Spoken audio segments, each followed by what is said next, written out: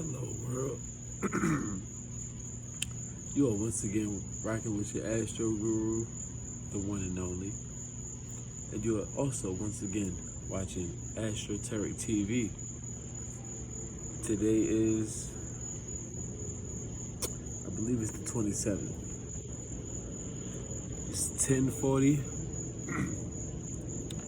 and pardon me, I've been drinking a little something, smoking a little something. So I'm a little inebriated. But however, I like to dive into the topic of narcissism. Now, let me start off by saying everyone has narcissistic traits. So just because someone has a narcissistic trait does not mean they are a narcissist. Let's start there, because lately people have been throwing the word narcissism around as if everyone's a narcissist. And are there a lot of narcissists? Possibly. But is everyone a narcissist? No. So let's start by just saying everyone has narcissistic traits. But we all know majority rules. So if we had in total, just hypothetically speaking, 10 narcissistic traits and everybody had at least one, in order to qualify for being to qualify as a narcissist, or in order to qualify for being a narcissist, you would have to have 5 to 6 traits. Like if you got 9 out of 10, 8 out of 10, 7 out of 10, then 6 out of 10, then you're on the side of narcissist. But if you just simply have 2 areas where you might be narcissistic, you just have things to work on. Now, what is a narcissist? Let's explain.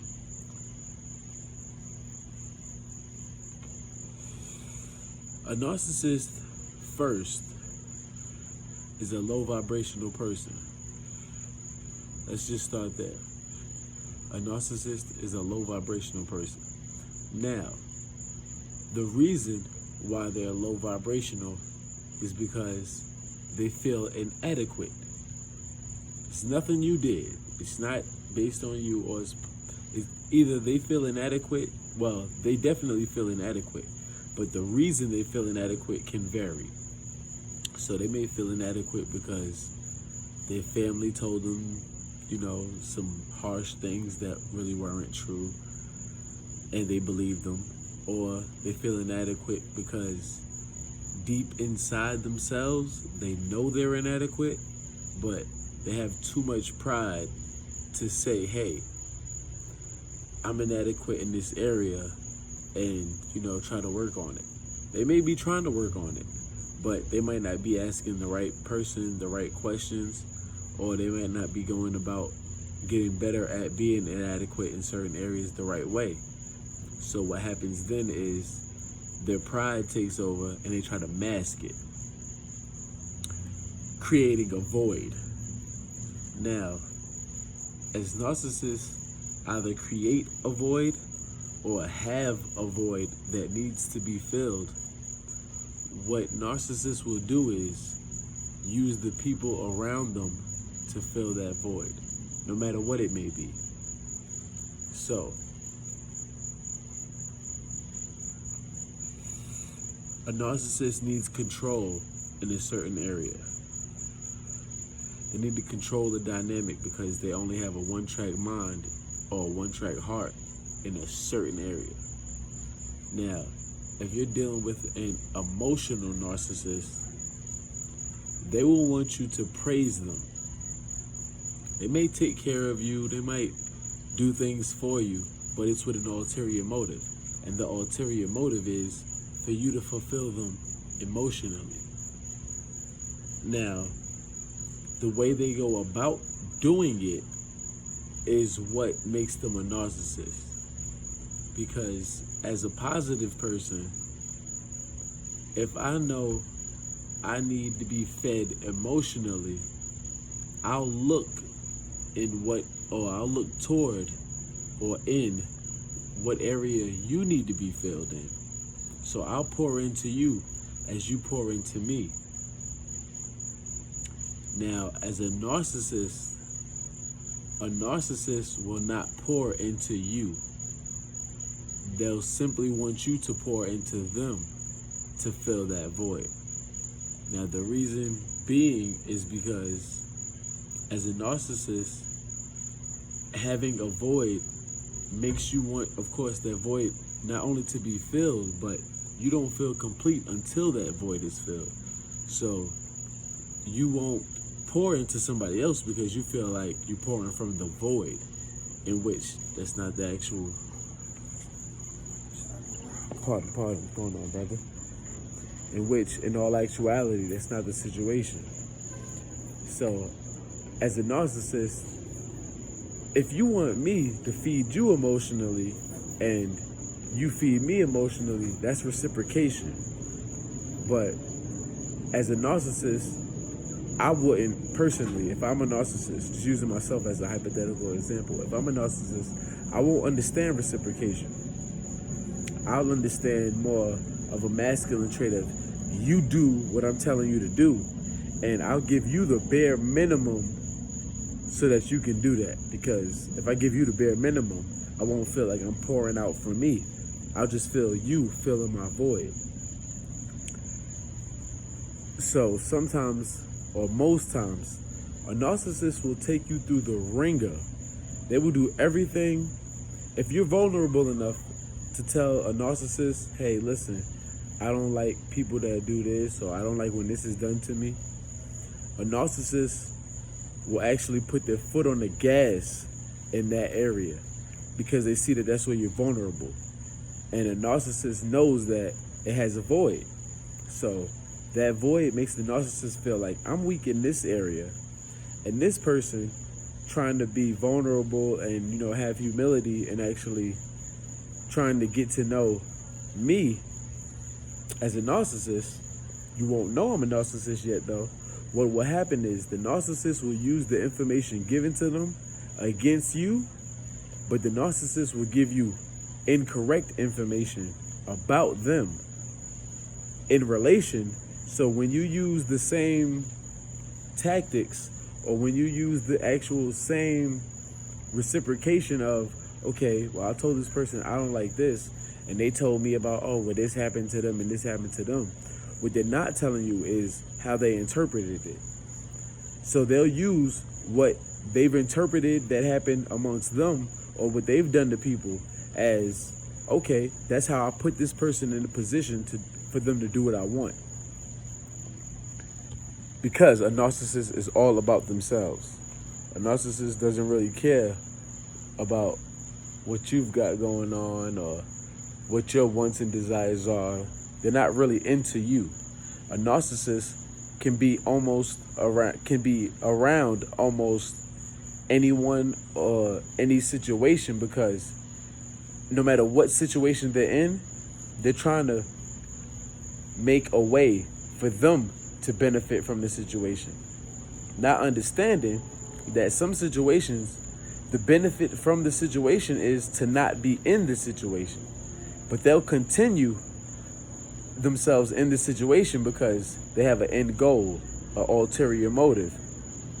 And as long as they can see that ulterior motive or end goal coming to fruition, then I'm in this situation. So when dealing with a narcissist will do things like love bomb you. A narcissist will do things like breadcrumb you, because as a narcissist, they know spiritually that if I can feed this person whatever lies they want to be told, or if I can cater to this person's spiritual nature, then I can take advantage of them. And in return, that person will fill whatever void I have. Then I can discard them. Then I can ghost them. That's why it's love bombing and that's why it's ghosting, because neither of the two ever actually last. So, to expound on that, just a second. To expound on that, what happens is the narcissist will, in a totality, in an actual, in life, because let's just say in a scenario, if you're dealing with the narcissist, then that person is a narcissist no matter what relationship they're in. But what attracts them more to a certain person or a certain relationship is the limitless or infinite energy that that person may have created that the narcissist knows they can continue to drink from. So if I'm a highly loving person and a highly nurturing person, and there's an emotional narcissist, they have the void of love. They haven't been told, I love you enough. They haven't been shown enough affection. They haven't been actually, courted and things like that.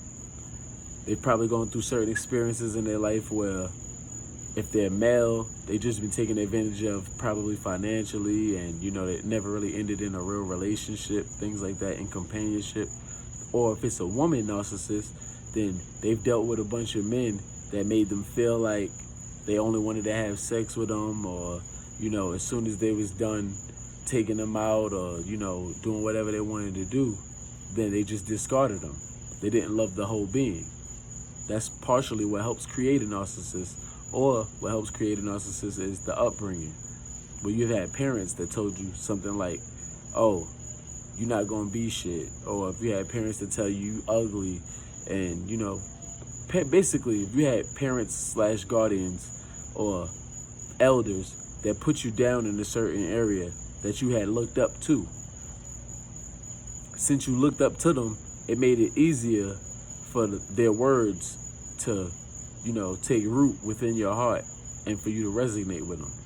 And as you got older, you wanted to go so far against what was said that you started carrying these narcissistic traits instead of healing and helping yourself get over them. So now you carry out certain traits out of fear and anxiety. And of course, we all know fear is just false evidence appearing real. It's your thoughts, your feelings, but we also know that that's how you manifest. So if you're in fear, everything that you manifest is going to make you be pretty much in fear, which is why narcissists become narcissists. They get fully stuck on like one area where they have to just have control, or multiple areas. But basically, I just wanted to break down, because we like to break it down so we can put it all together.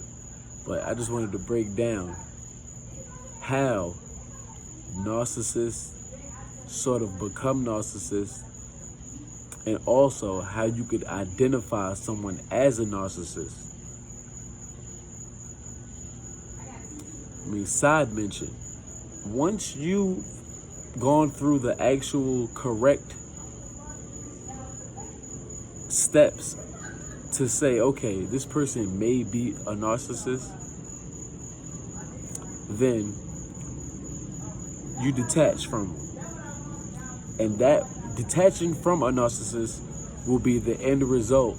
Well, not the end result, will be the tell-all result. That'll be the confirmation, the validation of if this person is a narcissist. Because someone who's positive, if you tell a positive person, hey, I just feel like we're not on the same track right now, or I feel like the time we spent together was adequate, and at this point, I feel as if, our lives might just be going in a different direction and whatnot, I haven't lost any love for you, then you're leading with positivity. And you're also letting the narcissist / person know that I wasn't here to use you, and I enjoyed pretty much everything we've done, but we're going in two different directions right now, and I'll keep in touch as we go in those two different directions. And I just want you to be happy for me in whatever route I take. I want you to support me. That's a positive aspect. You leading with positivity, in which if they're reciprocating positivity, they'll say, oh yeah, I understand, cool. I probably been feeling the same way a little bit. I just didn't understand it. But yeah, I know you doing your thing and I'm happy for you. And I need to figure out what I need to do, or, I'm doing my thing, and we'll make sure to link up somewhere in the future. A narcissist will not be happy with separation or departing on your behalf, because the ulterior motives and the control were used to keep you in a certain area. Now, if you've outgrown that area, that means the narcissist has to grow to you again. The narcissist has to go back to square one, and which that already makes someone who's in fear and anxiety have fear and anxiety. So if you try to depart from a narcissist, you may have to get a restraining order, or you may have to, take drastic measures as far as hurting this person to allow them to understand and know that you as a narcissist have hurt me to a certain degree, or confused me to a certain degree where I feel as if we're no longer compatible. And in order for me to figure this out, I need to separate from you so I can gain more, clarity, more clairvoyance about the situation. A narcissist wants to keep you confused. They don't want you to have clarity or clairvoyance about the situation, because a narcissist is not standing on any principle. It's just doing whatever it has to do to keep you confused and you without figuring out that you're in a situation where it's one-sided and you're being taken advantage of. With that being said, I'm about to go to sleep, take it down for the night, and I'll see you guys again tomorrow. I love you, bless you, and take care.